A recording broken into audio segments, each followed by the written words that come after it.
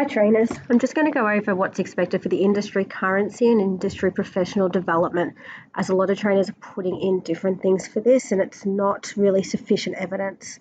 So the first one we'll look at is industry currency. So every 6 months you need to do 3 days or 21 hours of industry experience to demonstrate currency of knowledge and skills in the area that you're teaching in. There are a couple different examples with this, that being those that are self-employed and those that are employed by somebody else. So what you will need to do is you will need to complete this industry currency log document as part of your evidence.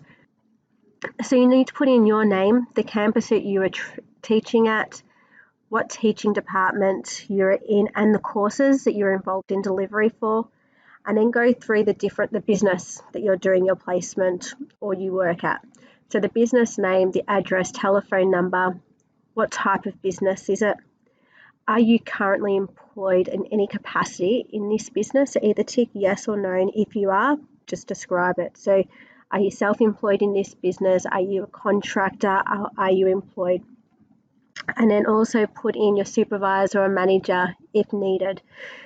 In some cases, you won't have one of these people, especially those that are self-employed, but if you do, please just put it in. You'll then need to go down and put in a description of what you're doing. So put in the date, start time and finish time, and then any tasks that you're completed. So from a massage perspective, it might be that you're putting in that you did 5 myotherapy treatments over this period of time, the type of client that you saw, and what were the main techniques that you were using. If you are working for somebody else and you can get somebody to sign this, perfect. Again, for those that are self-employed, just sign it on your behalf. You'll then need to put in your name, signature and date, and then again by the supervisor, manager or mentor, they'll need to do the same. We have put a disclaimer there saying that the workplace declaration is not required to be signed for those that are self-employed. What you will need to do though is attach additional information, and this is going to go for everybody. So if we come back up to the top where it's got please note, if you're self-employed, you must provide evidence of the hours worked and the classes or clients seen by attaching your client notes or programs. So we need to see this for every single person that you are putting down as part of this. For confidentiality reasons, we're happy for you to block out the names or just put initials, whatever it may be, but we need to be able to see that you're actually writing your clinical notes or that you're documenting the programs for this. If you are a contractor or you're employed by a business, either an appointment diary or a pay slip must be submitted as well to show that you're completing those hours. Now, if you're submitting in an appointment diary or even just an invoice, you need to be able to also show that that was paid. You haven't just made the invoice through. If you have any questions on that, please chat with me and I can go through that further. The other thing we're going to look at is the industry professional development.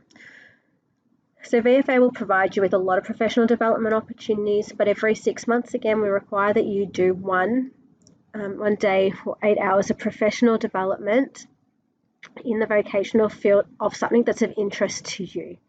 So again, you just need to complete that, and then you need to fill in this sheet and attach this as well. So again, your name, vocational field, professional development course, and the activity that it was, and who that course was facilitated by. Put in the date and the duration, a brief description of what that PD course or activity was, and then the benefits of the PD to your teaching practice. Name, signature, and date down the bottom.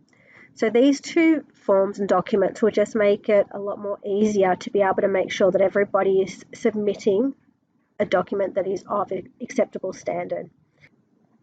Both of these documents will be available for you to download from VetNet, and then you can then upload these in your PD section on EDU On Go.